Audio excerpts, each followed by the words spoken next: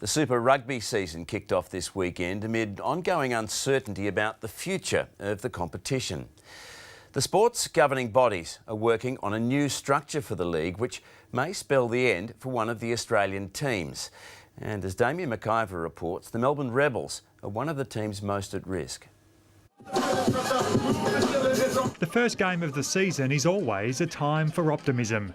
Always confident, got to support the boys. Unfortunately for the Rebels, that optimism didn't last long. There is an equally downbeat mood about Super Rugby itself, with a growing feeling that the competition is due for a major overhaul. The league currently features 18 teams from 5 countries. They play across 4 conferences in 6 different time zones, with progress measured in 4 different league tables. Administrators have accepted the format is complicated, unwieldy and expensive, and so they're now working on a new structure. We're looking for a model that actually gives fan engagement and financial stability and allows us to put more money back into the grassroots. One option being considered is cutting the number of teams, including one of the 5 Australian franchises. The Melbourne Rebels and Perth's Western Force are the teams most likely to face the chop, but each insists they deserve to stay. I think we've seen the growth of the club, certainly, since its inception to where it is now. We're in private ownership, so I think, things are looking really well on and off the field. Not even Australia's most successful club, the ACT Brumbies, is safe. It's massively important. I think there's a really strong, proud history of rugby in Canberra.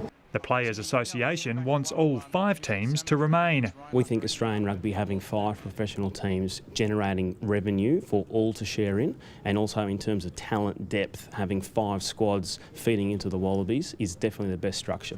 The players say Australia should instead establish a new competition with its trans-Tasman rivals.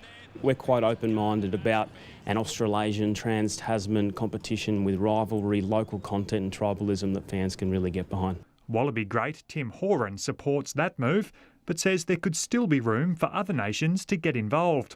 Australian teams are playing New Zealand teams, and maybe have a Fijian team, maybe have a Japanese team, and then look to get the USA involved. League administrators are due to meet again in a few weeks, but a final decision could still be months away and may not come into effect until the current broadcast deal expires in 2020. There's concern the lingering uncertainty will hurt the game at a time when competition from other codes has never been more intense, and the grassroots game is also suffering. I think it's really important that a decision on the future of Super Rugby is made as soon as possible so that we can actually start talking more about what's happening on the field. Where it seems the biggest challenge for the Australian teams will be keeping pace with their rivals across the Tasman. Damien McIver, ABC News.